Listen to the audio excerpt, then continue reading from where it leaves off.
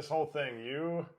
You helped us, get connect us to people with the Athletic, and they've been putting the excerpt out. Like, I have no idea. Like, writing a book, I am so impressed. One of my players asked me who on foul territory could win in a spelling contest, and I didn't know he meant like you too. And he goes, "Why is it such a tough answer?" He's like, "Of course it's Ken. That guy doesn't seem like he ever spells anything wrong." No, I wouldn't go that far. But I will say this.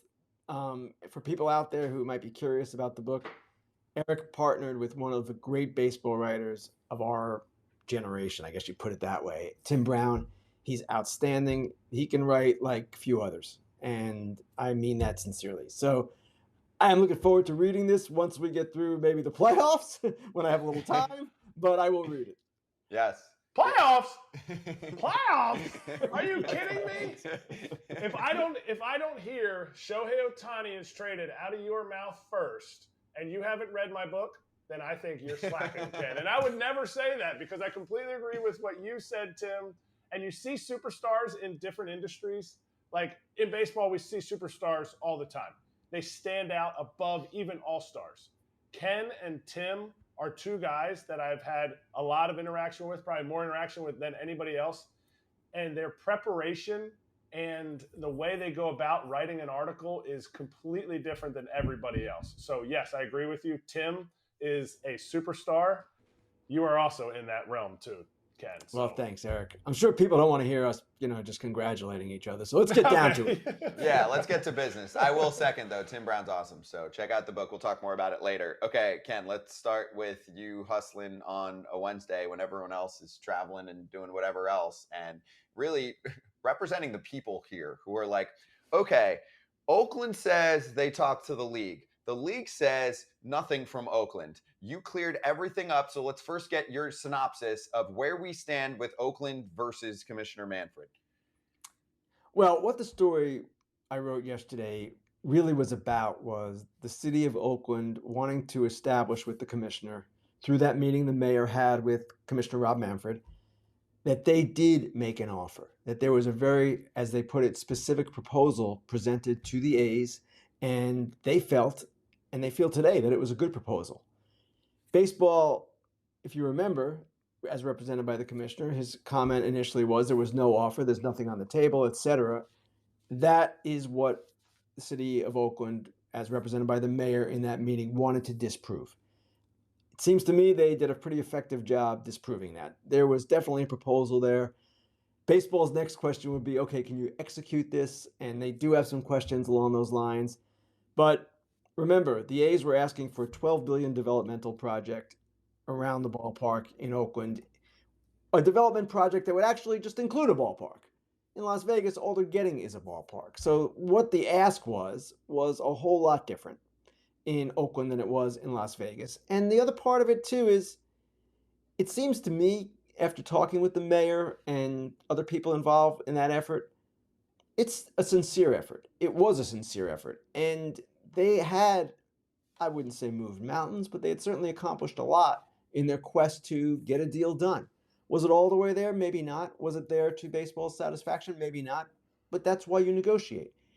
In my mind, after researching this article and writing it, it seems to me if Major League Baseball really wanted to be in Oakland, if the A's really wanted to be in Oakland, they could have found a way.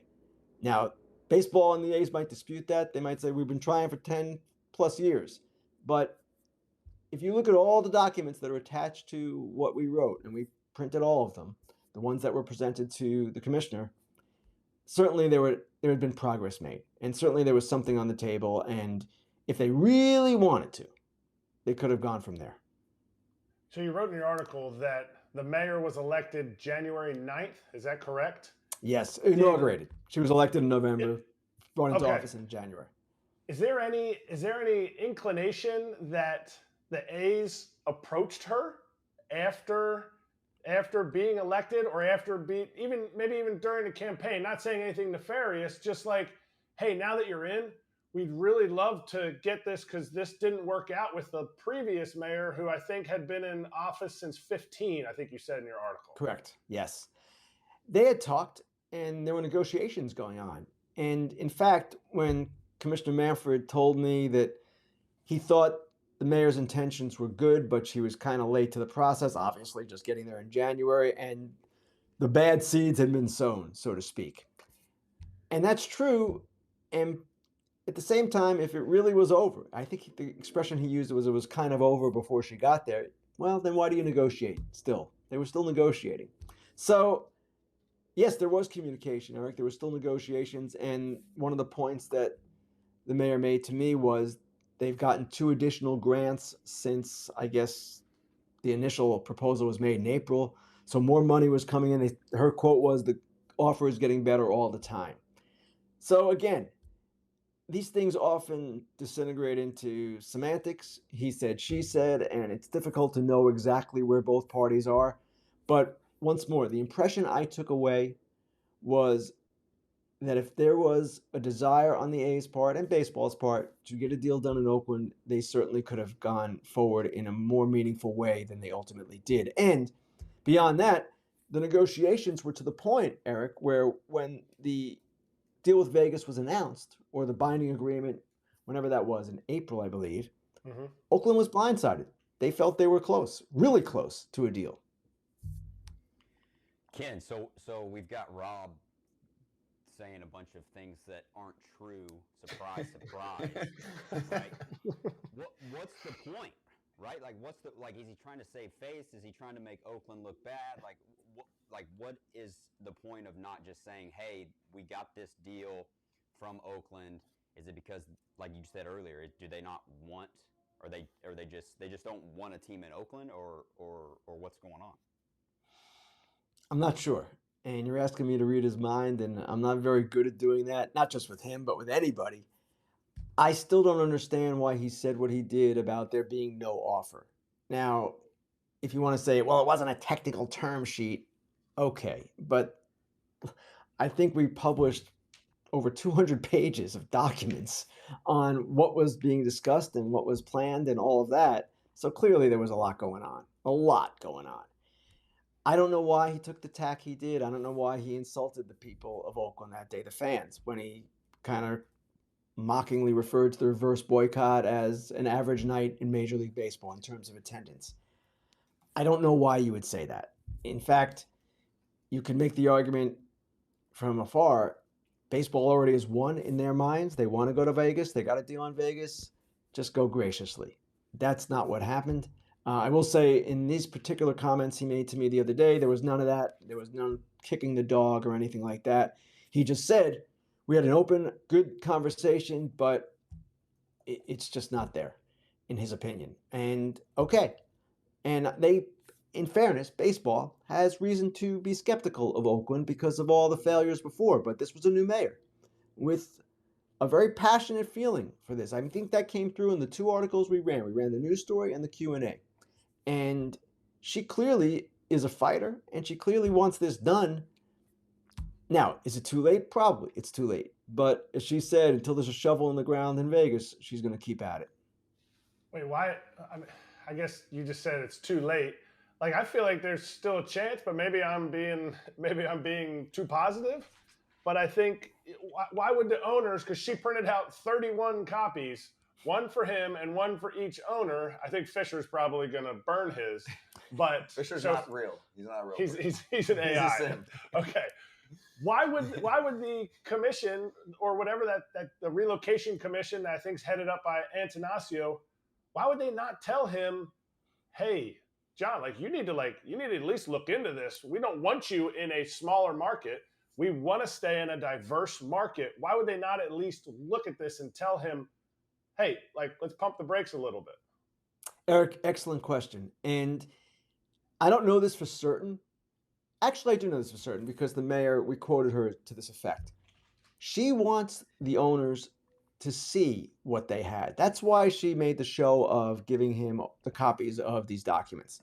She wants them to be aware of just what happened.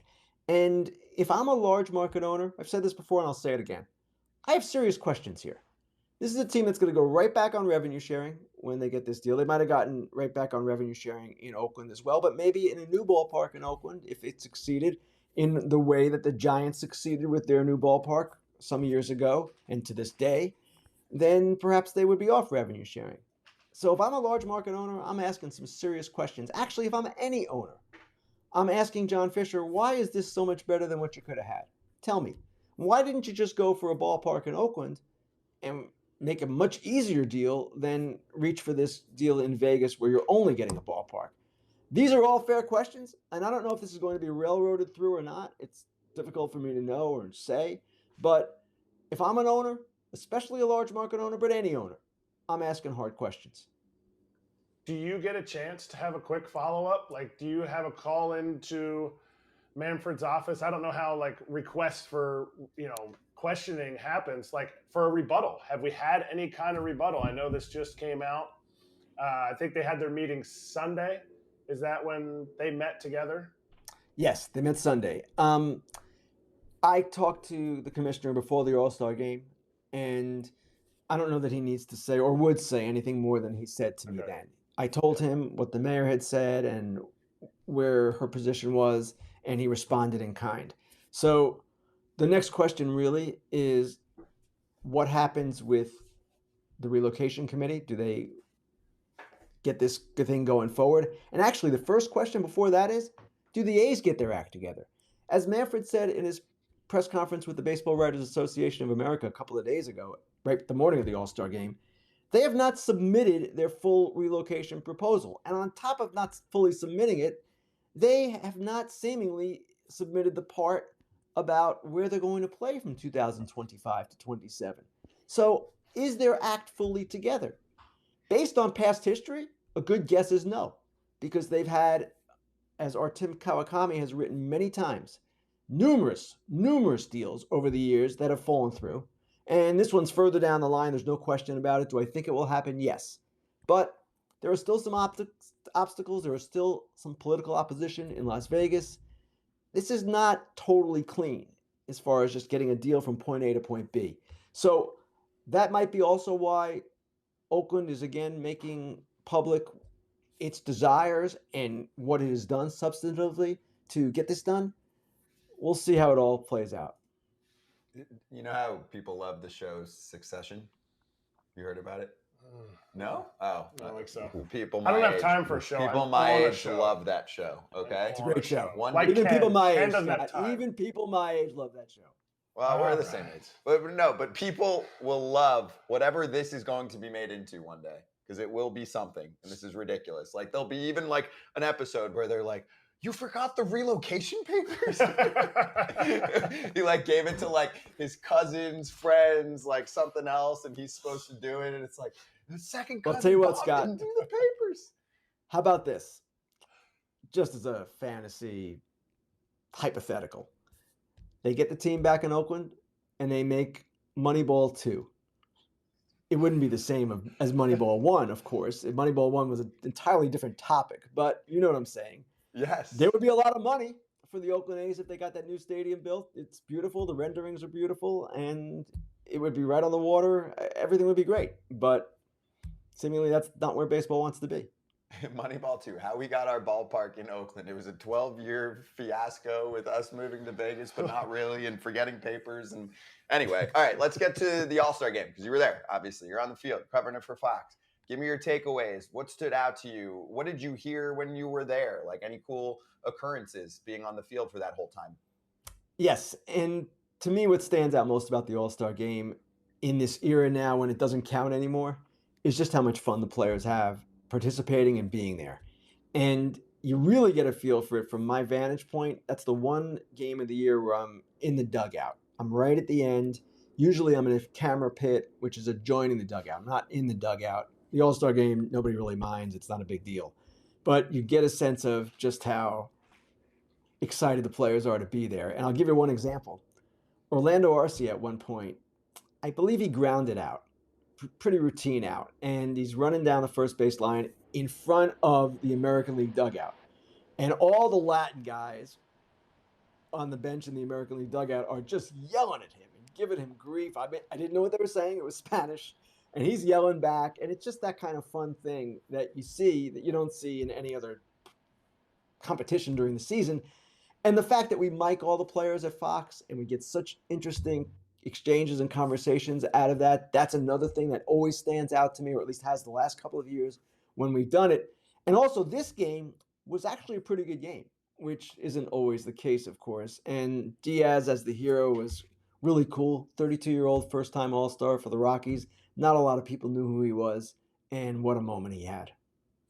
That's the one answer, too, when people say, well, why do we need a representative from every team? Well, it was kind of a cool moment. For Rockies fans, Ken, this is the moment of the year. Safe to say? Apex. Probably, yeah. And actually, even when Brent Rooker came up, this was very interesting. And there was a contingent of A's fans there, and they were screaming and chanting, "Sell the team." And that might be their moment. Outside of the reverse boycott, that might be their moment of the year. So that was pretty cool. Oh, and by the way, to the A's fans who tweeted at me saying, "You guys did the Ohtani interview when we were doing that chant. You did it on purpose so people wouldn't pay attention." Let me tell you something, okay? We interview Ohtani when Ohtani wants to be interviewed, not when any group of fans is starting a chant. So I just wanted to clear that up a little bit. So A's fans know Ohtani doesn't want to go to Oakland. He planned that interview for when you guys started. Well, no, actually, the accusation on social media was that Fox did this. Fox trying to cover up what was going on, and here's Ken, and he kept asking questions. Guys, I love conspiracy theories, but no, this was not that. I believe it. Great. It was Fox. Yeah, Ohtani. He doesn't want to go to Oakland. He wants to go to Vegas. I heard. That's what he. I mean, that's what he told me. You know. So. Fox Ken, got the scoop. Yeah, I got the scoop. I'm in tight with Ohtani. Sure. I want to talk a little bit about the home run derby. I know that, man, the home run derby used to be one of my favorite events to watch back in the Ken Griffey Jr., Sammy Sosa, Mark McGwire days. Now, I'm not the biggest fan. I like the timing. I like the time, like the 3-minute time. Now it just seems like a rushed BP. And we're not getting to see guys really lean on balls and try to hit balls out of the stadium. It's tough to follow. It goes too fast. Guys are exhausted. Do you think we may end up changing? Are we sticking with this routine? Like, I just feel like there's a better way to put on a better show for fans. First off, Brock, I'll be honest. I am not as involved with the home run derby as a lot of people, simply because it's ESPN's event, not Fox's, and I don't have to pay it much attention. I also don't cover it for our website. Jason Stark is one of the great home run derby experts, the leading home run derby expert, I would say, and he does a brilliant job. So that said, I am with you. I have always thought, and the rules have changed over the years, they've been adjusted, it's always quite confusing. And it's tough to say what's going on for some people. Now, that said, fans, younger fans especially, they love it. And they love it. It's actually, for a lot of fans, a better event than the game itself. This year, I don't know that it was, because the game was pretty good, but in many years, that's the case. So I would say that there are always adjustments that can be made for a competition like that, and maybe they should consider some. But it is an overwhelmingly popular thing, and it is a lot of fun. Even with all the concerns that you just expressed, when Julio hit the 41 in that one round the other day, I mean, that was crazy. And Alonso and what he's done in the past, it's a fun event. It's just something that maybe can be tweaked a little bit. Do you think, based on MLB's track record, or not think, have you heard, since the All-Star game is still the highest rated All-Star event of all 4 major All-Star games, that they're going to want to tweak anything with the All-Star game? Or is it just going to be a standard MLB, well, hey, if it's not broke, don't fix it, wait till something else? Or do you hear some things coming down the pipeline that could be changed, like last year where they started miking guys up? Well, that kind of thing is different than the format of the game, right? That was an innovation. Fox drove it. Fox has wanted to do this kind of thing for a long time, and we got a collective bargaining agreement, and things were more peaceful with the union, and they got everyone to agree that it was a good thing. And everyone does agree it's a good thing. So those kinds of things, Eric, are kind of separate from the actual game itself and the format of the game.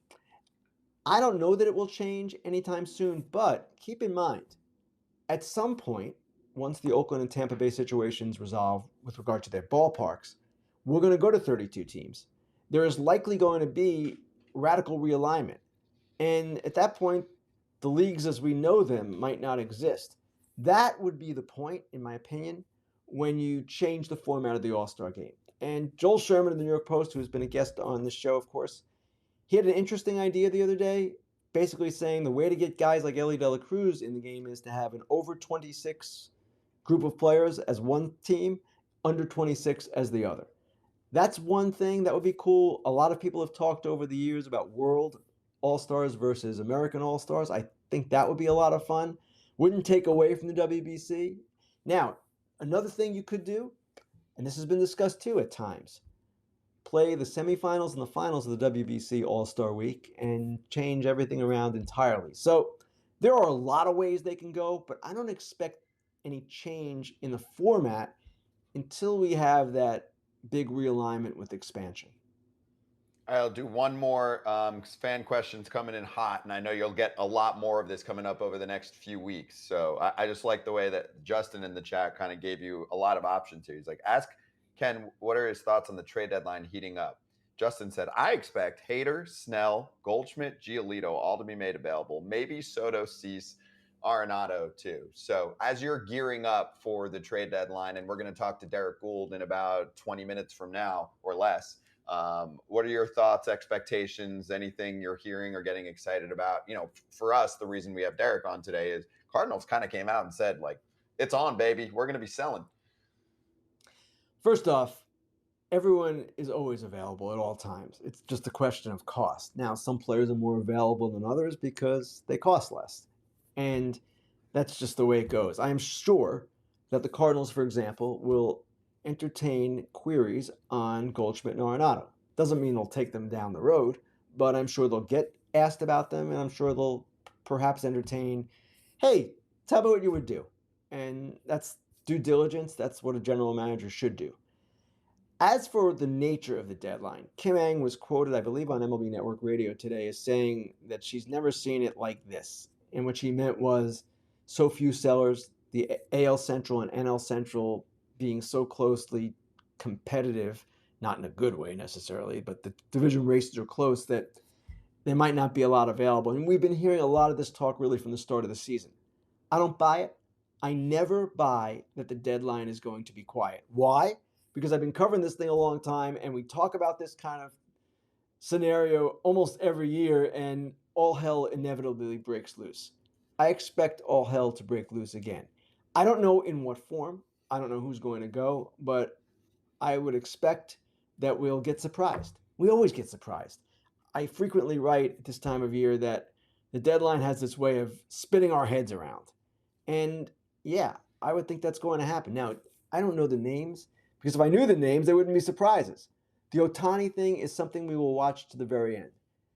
If they stay in it or rally to get back in it, the Angels, then it becomes probably less of a possibility.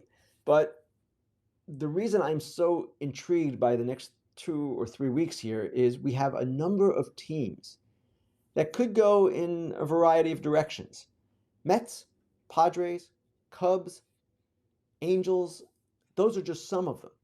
And I don't expect anything dramatic out of any of them. Probably the most likely scenario is they kind of play the way they have, right? But it's going to lead to some decisions. And we're going to see some things happen. We always do. And I'm sure there'll be a surprise too. You bring me back August 2nd, and we will be talking about some kind of shocking turn of events. Hell yes. I cannot wait. That is our focus. That's what I'm here for. Yes. That is what I'm here for. I'm here for the Tao of the backup catcher and trade deadline talks for the next 2.5 weeks.